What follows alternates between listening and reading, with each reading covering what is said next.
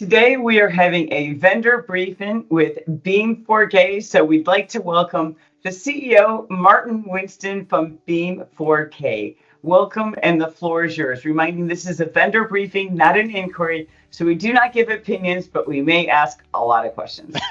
Doreen, you're welcome to. Beam 4K is here to fix a lot of what's wrong with online meetings. And I'm not talking about stuff people complain about. I'm talking about stuff people haven't noticed yet. For example, the best numbers we have found from third parties tell us that corporate entities making payroll available to managers and up who attend online meetings, because online meetings are taking, on average, 50% longer than they need to, are spending $19,000, more than $19,000 per person per year for online meetings.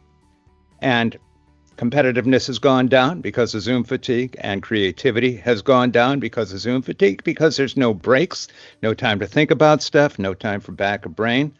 And there's nothing about this that better management couldn't have cured. But there are things about it that you can make better. For example, right now, your eye contact is phenomenal. But maintaining eye contact in an online meeting is rare. And one of the reasons, I have a prop.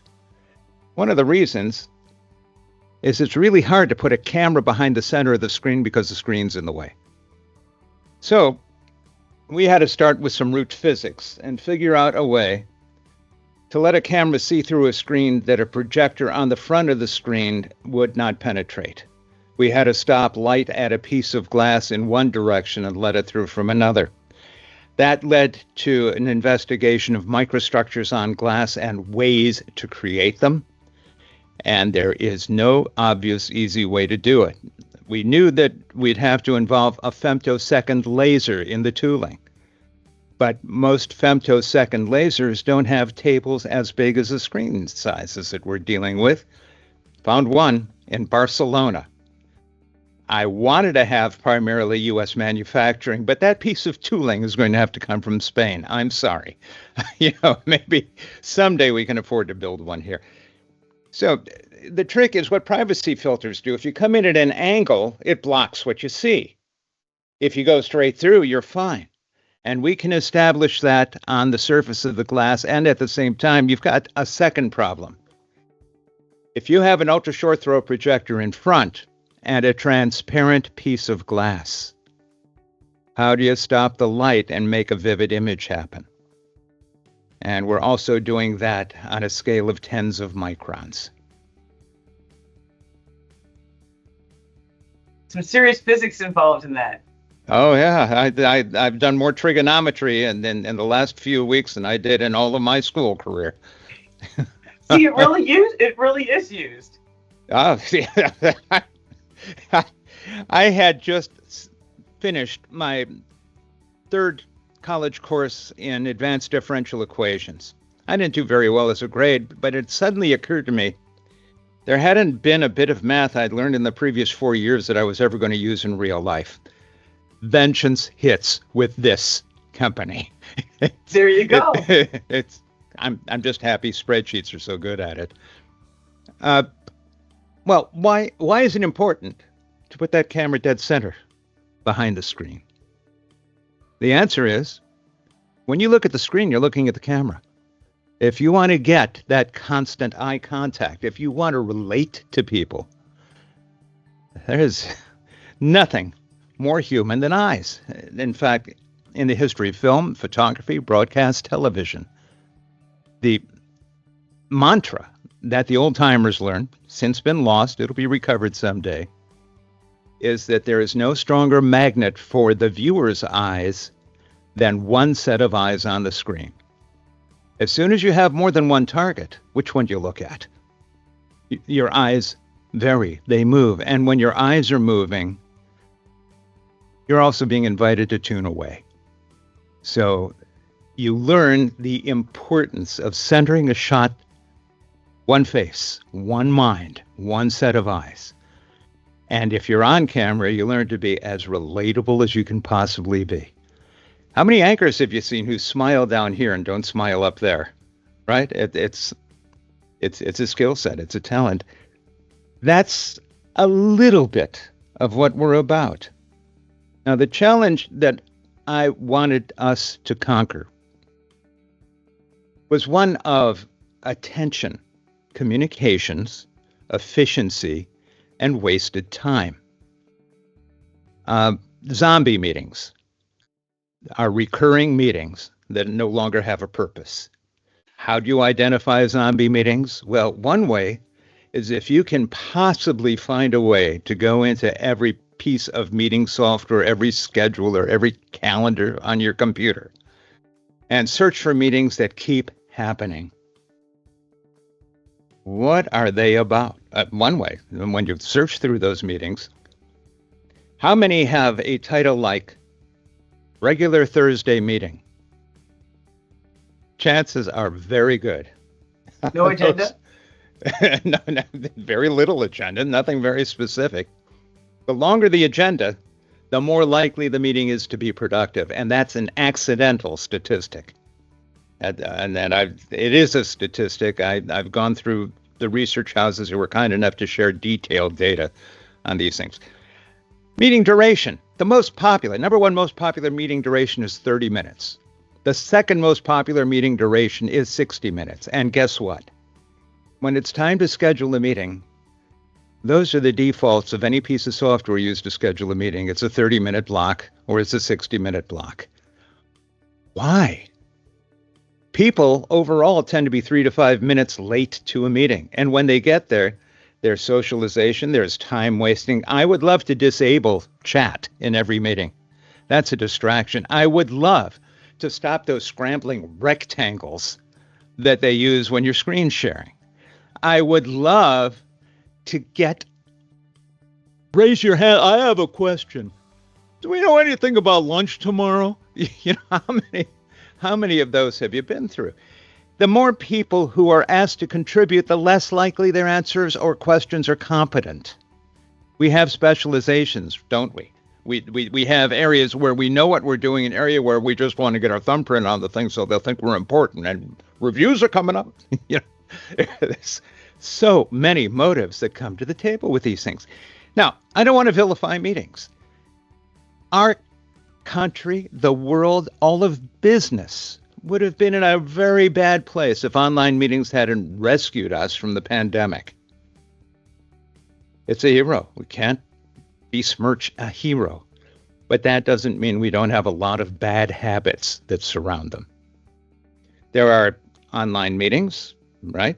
There is online zombie meetings. There is Zoom fatigue, which I count as kind of a brain gremlin. There are time vampires within meetings, things that eat your time without doing anything that contributes to your health and welfare. I spent way too much time doing interviews across industries to ask questions like, what if we could keep you looking directly at everybody in the meeting while you were looking at your screen? Would that be helpful to you? Well, sometimes it isn't only about the functionality. You know, we look kind of cool. You know, there's a deliberate kind of Star Trek influence. We look like we're floating. It's an aluminum base with a very micro-thin bezel, and it's got thin lights around the edges. You've never looked this good on a webcam. You've got a major light coming up front, and you've got contour lights on the side, so you've got dimension on the screen, and everything is 4K. So, you know, welcome to ultra high def, everybody. That's the next place we're going. Fine. So here's this great image. The projector's also 4K, and we know the math on making sure the projector brightness, as seen by you, not just as pumped out, has to be a multiple of the lux level in the room, or the image isn't vivid. So we're solving the math for the way people are. We're solving the math against average height of the human eye when sitting or when standing in some variations of the product. We're dealing with being 18 inches from the screen, but being able to point to the screen and have where you point stay within the screen. All of that math. We know, for example, if you're looking at this much screen, which is where the projector tends to be if I'm behind it, or not the projector, but the camera, the field of view. Well, if it's only that much screen, how big is a pixel? And how small a feature on the other side will the pixel pick up? Am I all of a sudden going to look like I've got tiny Venetian blinds in the picture? You worry about quality because there's no way to build this without it being expensive. But with that $19,000 plus figure, you can be expensive and still have break even in less than 54 weeks. That's not even counting what you restore from fatigue, from competitiveness, from creativity. Let me also mention, and I don't want to play doctor here, but online meetings build a sedentary lifestyle. You don't take proper breaks. Your nutrition tends to be vending machine based. You're not eating well. You're not doing exercises. It can't be good for your health. And I assume if you're a gig worker, that's a lot of trouble you're going to have to support. If you're a paid employee, that's going to show up somewhere in the healthcare costs for the corporation. So there is no such thing as not being 360 when you think about all the manifestations of what's happening here. So we've got this thing that looks like a transparent square of glass on a metal frame. It looks deliberately a little bit Star Trek as we go into it. And by the way, if anybody here is from Star Trek and you want to talk to me about putting it into shoots later, happy to talk to you. I'm a fan. But I guess I'm old enough to be a fan, right? What I want to point out is there's a cool factor. And I was doing interviews across 40 different industry segments to try to determine where and when, I'm turning off the noisemaker in my computer, where and when this would find a role. It's a long list. And I've made some mistakes. I thought, for example, for a law firm, here's this great thing where you've got constant eye contact. And if you're showing me materials, exhibits during a deposition, and all of a sudden I'm looking away, well, you show those few seconds to the jury and it's your case. You've just won it. You can't look evasive and get away with that. So I called a couple of law firms and I said, is this the case? Is there anything other than deponents where you're going to use this? And they laughed. This happened more than once. They said, are you kidding me? We bring in major companies that we want as clients, and if they see something sexier in our conference room than the other guy has, they're coming with us. Well, I'll take that. There's function behind looking futuristic, I guess. How many other places? Everything involving sales, one-on-one sales. Personal connection is important, but we couldn't stop with that.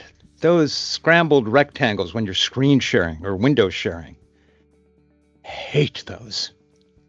So we came up with a file format we call tray, and the tray could be thought of as video, but it can have all kinds of stuff, and you can have spreadsheets, it can have images, graphics, it can have slideshows like PowerPoints, it can have whatever needs to be in there. We're going to try to help you keep them between 30 seconds and 3.5 minutes, because that's as long as anything should ever be. But if you need to go long, and see if you're invited to the next meeting, as happens. So we bring these on by manipulating the image. We have a lovely screen in front of us, but it connects to a computer with a USB-C cord. What we send to the meeting in terms of video is not the same as we see on our screen. We mix it in software. We route it separately. So I'm looking at my screen. I might see the graphic of the tray. I might see a map that I want to point to. I might see the image of a foot if I want to be a podiatrist and here's where your problem, do that kind of thing. Whatever the need, we put the image up and it fades in and out of the image of just me. And we automatically adjust so my face is always in the clear. Now, that's kind of cool. It makes things easier to look at, but it also means I'm just changing this image. I am not dealing with the scramble and the awkward delays of screen sharing. So, but it works with all the different meeting software? Yes, we integrate with everybody. We also integrate with booking software, scheduling software, and calendar software, Windows and Macs and Linux. So in sales, what we do depends on the kinds of sales. If you're selling investments, if you're selling banking services, you're saving the time of getting the client to find a time for an appointment to come to sit in your conference room or vice versa. If you're selling home insulation or insulated windows or roofing, you're saving the time of making the appointment, going out of the house, sitting on the couch with a big book, reading them every word on every page, and then here's the contract. Well, we can't afford that. Don't worry about it. You get the first year with no payments. What do they get? 150, 200 batting average on closing those sales? We'll take out the commute time in both directions. We'll have a smoother presentation, give you why in a second, and your close rate's going to go up. Yeah, we're $20,000, but we have a 5-year warranty. We're going to keep running for 5 years, and a 5-year lease on a $20,000 piece of equipment is very close to $400 a month. Can you make a $400 a month difference in what you're selling? Gotta hope so. So we can bring trays on and off screen. You'll never even see it. A little handheld remote down here. We'll choose what comes up next and shuttle through it and all of that stuff. Now we're going to send the video of me and that graphic. I'll be mirror image so that when I point to something that's right reading on my screen, it'll be right reading on your screen. And that's what you'll see as a connected participant in the meeting. What I'm going to see is an elapsed time bar. I'm going to see a head, talking points, and a teleprompter script. I'm going to see an indication of how interested people are and whether they are responding positively or negatively to what I say, a little machine learning in that. And by the way, responding negatively isn't a bad thing if you're trying to get people angry. Why do you know what that guy, it's one of those things. So, yes. Move to a call to action. Oh, yeah, absolutely. Or a call to donation in some cases. Or if you're bombing the sales call, very bad. Indeed. Yeah. To move on, change your pace, change something. All of that is instant feedback. And how else would you know? Have somebody tell you later, those are never good moments. It's review time. Guess what? Bye. So by being able to address the two screens separately, my screen and the screen for the meeting, I gain a lot of flexibility. I gain a lot of insight, and it's almost like I can mind meld a bit to the group. Is there a kindness factor on the feedback? So if you're someone who doesn't take direct feedback well, you can say, do it gently. I know like in Toastmasters, we frequently have 3 levels of feedback. The sandwich is great job, what you need to improve, great job. Second is, well, this is the good, this is the bad. And level 3 is we just tell you what you need to do and improve. But most people can't handle level 3. So I'm thinking that there might be an adjustment in the feedback. We're starting with options. And one of the options is don't show it at all. Okay. Now, we may do that in Gen 2. Thank you for the idea. Yeah, not everyone handles feedback well, so it might be good to have an adjustment on it. And with AI and generative AI, it's very easy to say, direct and blunt is okay, or soften it a little. Candidly, maybe it's my personal bias, but I believe that diplomacy is a greater kindness. Candor is a greater kindness than diplomacy. Diplomacy is a greater kindness to no one. So, I agree. Yeah. So sometimes tough love. and sometimes just make it go away. If Yeah, you're that's how I uncomfortable like with it, it. yeah. Yeah. If you're uncomfortable with it, make it go away. And that's true for all of these options. There are configuration options that you don't have to. We're not presentation Nazis. You don't have to do it our way. You can decide, turn that on, turn that off, turn that on, turn that off, all of that things. By the way, for sales, at the close of a meeting, we can automatically, taking zero time from you, do a very friendly human sounding email. Hi, thanks for spending time with Jerry. Here's what he showed you during the meeting. And by the way, now we're recording his presentation through, now his face is only on that tray image in the meeting, but we're recording it as an MP4. So when the email goes out, it can say, if you want to see it later or share it with others, here are MP4 links to MP4 files of what he showed you during the meeting. Immediate follow-up, zero effort, zero time lost. The onus of meeting length. If you invite me to a meeting from 2 to 2:30, I can automatically respond. My system can automatically respond, suggesting a new time from 2:05 to 2:25. I've just made a 30-minute meeting last 20 minutes. If you send me a zombie meeting, automatically respond, or, just an insufficient topical line description, I can automatically respond and say, I really can't tell from your description whether the meeting and I are appropriate to each other. So I'll respond tentatively, and if you think I really need to be there, please tell me why. Now, in which case you'll never hear back and you just got a meeting off your schedule. Exactly right. Exactly right. We're going to score by how few meetings we have instead of how many. I did that with Mom Cape time when I lived on the East Coast from 5 to 8 p.m. If you really needed a meeting, I'd offer you 8 p.m. or 5 a.m. Eastern.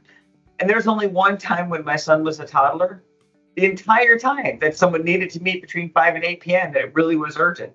So. Wow. Well, well done. I will mention, we have several series. The Beam 4K Pro has the software, has the interactivity, and does this kind of meeting. We have a separate line for broadcast studios. The weatherman wants to point at the map. They turn around, right? The forecaster has to turn around and point. You're seeing the back. Now, in broadcast, there's something called a Q score. The Q score is an indication of the popularity with the audience. If that guy can point at the map and show you any point on the map because it looks like it's a hologram screen in front of him, haven't lost eye contact, you're maintaining that, and that Q score goes up. And when a Q score goes up, the ratings go up. And when the ratings go up, the revenues go up. And it doesn't have to be weather. Anything that can take an image, sports, street stories, anything with a graphic can be done through these things. And in the studio version, we're smart enough to fold them when they're not in use so they don't take the whole studio up. They roll against a wall. There's another version of this that, and most people won't have heard of this, will be certified for Tempest levels of security in defense. So defense contractors, government offices, and all of that can use it. And we are using some really old ham radio style technology to kill what they call emanations, even before we have to go and do extra stuff to get certified. So it's it's like and all American parts. Yeah, for all NATO parts. Yeah. Yeah, and it's like pulling out your old ham radio handbook to I'm interfering with the neighbors. I'd better do this. It's one of those things. So we're dealing with a lot of software assistance. We're dealing with a lot of automation. We're dealing with some AI and machine learning AI attributes. So very simple things without consequence and without any AI is terrible. It's situational awareness. So we're making sure where we use it, situational awareness is never a factor. It's all coming together. Now, what are we really talking about? What's the net of this? The net is, I hate calling it a peripheral, but we've got something that plugs into your computer and it becomes your anchor post when you're in a meeting.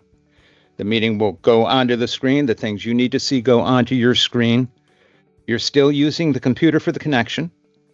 You're still using your computer to connect your mic, your headset, whatever you're using. You're still making the connection through the computer. But we act in some ways like a second monitor. We act in some ways like a second webcam. And we go in there and we enforce our names to be seen by your app, your meeting app, but not be seen in their true nature by the system. So little bits of masquerade at the system level. No, I'm not a hacker. Oh, no. Actually, my software is long and meticulous, but pretty terrible. So I go to a third party for that. Well, if you're doing government, you've had to have some pretty good security reviews. Oh, yeah. Yeah. Oh, yeah. Trace the bit through, yeah. Well, it's surprisingly, a lot of what we're doing is at radio frequencies through gigabits, so that's not hard. We can deal with old-fashioned stuff like ferrite beads and copper shielding. But it doesn't make it any easier to pick up signals, because I know at one point when I was a professor, I had a bunch of students that were in the military, and they couldn't have a landline phone, let alone a cell phone, anywhere close to the terminal, because technically you can pick up frequencies, and those frequencies can be understood by the right technology to completely understand what you were doing on your computer. Absolutely. And listen, kids, if you're trying this at home, I will tell you, the thing that you're not going to catch in your first round is what leaks through to the power line. That's your greatest That's your greatest point of susceptibility. And we get around that 7 ways. How to think about that. 7 different ways. That's why you have so many patents. That's part of it. We do have 46 patents pending. Some of them have to do with the screens. Some of them still my heart. Be still my accounts payable. we still have to, there's still a lot of things to deal with, a lot of things. And there's a lot of problems you had to work through in order to realize this vision, just to make it easier to participate in meetings and maintain eye contact and make it easy to understand of what's being shared and what you're supposed to be following along with the meeting. Yeah, I have a couple of ways to say it. I can say we're looking to make meetings more efficient, to let content more effectively communicate in less time. Get the technology out of the way. Yeah. I can also say that we're here to evolve meetings. We're not here to replace what you're using. We're here to make it smarter. To every extent I can, I'm going to disable the raise your hand mode. I'm going to disable the chat mode. Those are distractions. To every extent I can. If somebody's trying to author something long and tedious to go into a meeting, I'm going to suggest that instead the material be sent before the meeting as an email. Read it at your leisure? Yeah, right. We all do that, don't we? And meeting transcripts. Why would you read a meeting transcript for a meeting you've been through? Were you asleep? Really? So, there are a lot of things about the way meetings are handled that we floated into. There are a lot of things we do at home that we floated into that aren't good for us or aren't good for the house. You do them because you just got to get it out of the way and go to bed. It's always a something. And a lot of things are unpredictable. But we found 70 different business categories where we improve return on investment or sell through or productivity, or we reduce costs, or we revitalize people. Now, do you have a link to those 70 use cases on your website? We have an area where we talk about examples, and I believe we cite 10 of them with some. Because that might be good to add along with the contact in the comments for the video. Oh, I'll make it easier. CEO@beam4k.com. You got a question, just ask me. I'll give you an answer. And it'll come straight from the old man's mouth. Perfect. I do want to say we'll be in production fourth quarter. We have a program that allows for pre-ordering now. We do have shares for sale if you want to be part of that. And even that's old school. We're doing dividends. We're doing quarterly dividends based on a carve out from our earnings after taxes. Wouldn't it be great right now in this economy to plan an IPO and open at 9 and close at 3? That's not a good IPO. It's not a good first day, and nothing survives it. So when I saw what we were getting into, I decided, no IPO, no VCs. We can't go that route. We're going to have to bootstrap until there's money or convince people. And we have some people talking to us about some major chunks, but that population went away temporarily during the first tariff announcements. I had some benefit because of the secure product line, wanting to keep it as domestic as possible. Our glass is from West Virginia. Our screens are manufactured in Wausau, Wisconsin. The steel may come for the tooling may come from Barcelona, Spain, but it goes to Maine or New York to have a diamond-like carbon coating applied to it. We're in Wisconsin with one of the most brilliant houses I know for PCB designs. I'm working with major northern Ohio facilities, Northeast Ohio primarily, for aluminum, for rubber, for a lot of the things we need. There's no reason to deal with the extra delays that you get. And I'll tell you, the thing that scares me as a CEO is not that we're not going to sell enough. I can't imagine this thing ever not selling enough. It cures too many problems. What scares me is it's going to sell too much. How do we respond if we get an order one day for 20,000 pieces? That could put a lot of companies out of business. So we have engineered our supply chain to be able to accommodate that. Every plan A needs a plan B, needs a plan C, needs a plan D. Yeah. Catastrophic success is always a possibility, and you need to plan for it. Okay. Bless you, my sister. I appreciate you coming to the altar with that inspiration. Maybe we all message. Experience it in 2025. 2026 would be okay as long as there is enough ramen noodles available. Can you know? Do you have questions? Well, that was amazing. So there's definitely, there's interesting physics behind it all in terms of how you achieve the glass. I didn't know if there's anything you wanted to expand on there and anything you want to dive into those 46 patents, but it seems like you went over a lot of it. I tried to. The patents fall into three basic clusters. One of the clusters is hardware that we're dealing with. One of the clusters is software that we're dealing with, and one of the clusters is AI. So we have to look at that.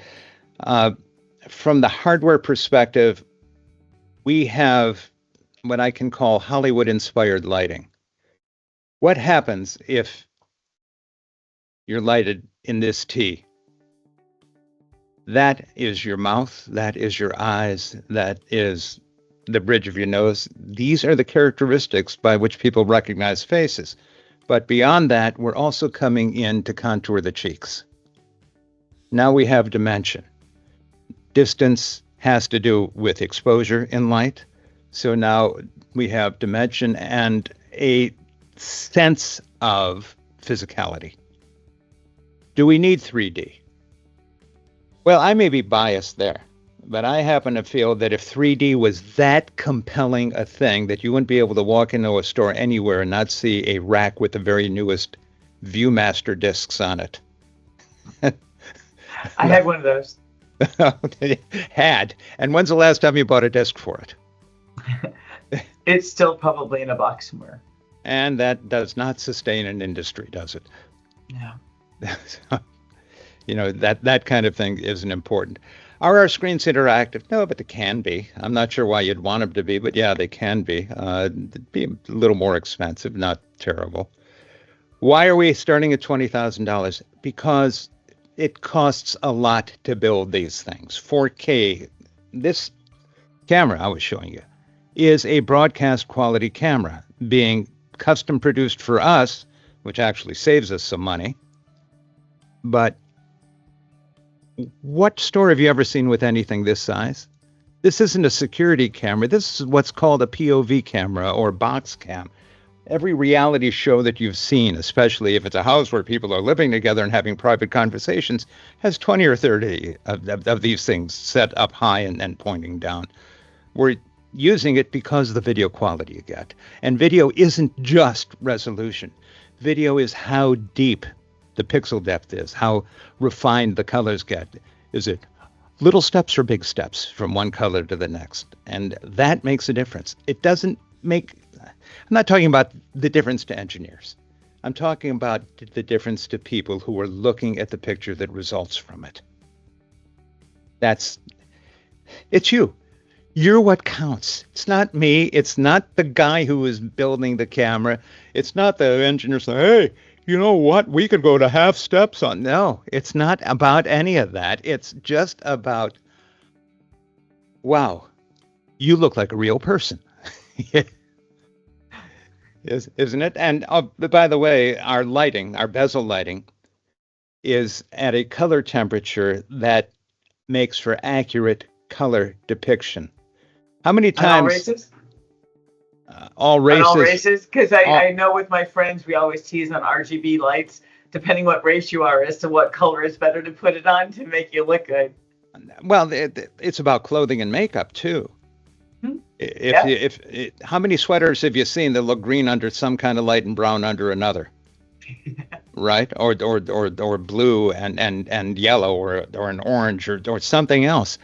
It's not color confusion, it's actual perception. If the color temperature of the light has too much blue or not enough blue, too much red or not enough red, which is where color temperature comes from, then you're going to look like you don't know how to dress.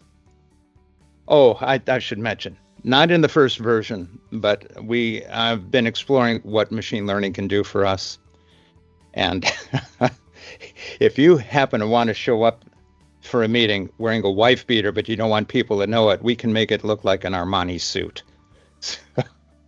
Oh, very nice. And what size screens are they available in? Our initial 3 product sizes are 24, 36, and 48-inch diagonal measure. Now, we're for places? No, we're for faces. We're not for the conference room very much. We are for a desk. 24-inch is going to make most people really happy. If you need a bigger presence, the 36-inch is going to take more desk. You guys are probably using 40s and all that in your main monitor. So it's nothing to worry too much about, but it changes the size of your head more than anything else. If we're in a 24-inch screen, your head is roughly half of the height. If we're on a 36-inch screen, it's close to a third of the height. So how big your head is shouldn't make a difference, but it makes your environs more of a factor in the image. And because a 40-inch screen on a desk would be quite intense. Because you have to have it in front of your computer, so you can't use the laptop where you need a remote keyboard. Oh yes, of course you can. No, you can. I don't have anything here to mimic a screen, but here's a trivet. If this were the screen, the projector is ultra short throw down here. It casts up at the screen. I can put anything in front of it. As long as you can see through it, you're okay. So there you go. Yeah, our camera, and this is not to scale, is behind the screen. So as you as a user are looking at the screen, the camera's seeing you. That's selective transparency, I guess. And it works just like privacy. It's nice though, having the camera behind the screen, because you always have to look at the screen. Yeah. Right. It's like, okay, there's the camera. I need to look at you, but I need to keep all the peripheral going to really know what's going on. And I don't really enjoy looking through my peripheral. I enjoy looking through my primary eyesight. So yeah, absolutely. Yeah. Exciting tech. Well, thank you. And tech is an excuse to get a job done. It's not about coming up with a tech. It's coming. No, it's about solving the problem of the meeting, Yeah, being and productive. and not damaging. Meetings can be broadly damaging. Right. Yeah, because if Uh, you have too many meetings, everyone's falling asleep pretty soon they fall asleep at work all day, and yeah. that tends to be not very productive. Well, we Although haven't. they still say productivity is significantly higher with remote offices than it is in person. It can be. It depends. Yeah, it Again, can be. depends on management Right. Yeah. and the willingness of management to manage and the ability and training of management in managing. If you grew up during the pandemic, you probably don't understand interpersonal relationships in a workplace. You've That's never been funny. exposed to them. So, Yeah, well, especially if they went to high school or college during COVID as well. Yeah. yeah, yeah. And there isn't anything about life since COVID that hasn't also been disruptive in its own way. Uh, the economy lately, world affairs, and the And you can't erosion. have a global meeting with a global team and always be in the same room with everyone, or you're going to be living at an airport, and all that time flying around is going to be a big hit on your productivity. So Yeah, exciting innovation. you take a train, choose a sleeper car, you'll have a better trip. Yeah, one of my teams I measured was in 198 countries at one point. Oh, How do you have a meeting with everyone in the same room when technically you span 198 countries? It just and is impossible. why is the meeting engineered for everyone to be in the same room? Oh, all hands. All hands is often a mistake. The math is, all you math majors, write this down. For every n people, being the number, for every n people in a meeting, if they are all allowed to speak on any subject, then the meeting itself has an n-1 over n score for incompetence. That's funny. Yeah, yeah. No, but when you recognize all the teams, and so that way you said, good job. We always made sure someone on every continent won. So there was stuff going on at the different locations. So you cheated. Yeah, and it was never held at headquarters. Headquarters was the last location to host it as well. There, Out of principle. there are ways to do distribution of meetings. By the way, some of the things we looked at, hotels and hospitality. Probably event sales first, but remote concierge can be a huge boon because you're hiring fewer people, putting it in a central location and taking advantage of the location, having up-to-date information about what that concierge is going to recommend. You can do a five-star business center that is a different experience than the usual business center. A lot of ways hotels can use this, hotels and hospitalities. Broadcast, we have a special version just for them. But spot sales also can deal with our standard pro version. High value investment banking, high ticket stuff, all of that. I mentioned the high value sales to homes and so on. All of those things are available, and the website mentions several others. And again, any questions? If you wonder if you're a fit or not, CEO@beam4k.com. Got it. I think that's going to make it a wrap. It's fantastic. So this has been the vendor briefing with Martin Wilson, CEO of Beam 4K, and this has been TBW Advisors. Remember to like the video if you enjoyed it so others will find it. And we always appreciate subscribers as well. And have an amazing day. And you as well. Thanks, Doreen. Thank you so much. Take care. Bye. Bye-bye.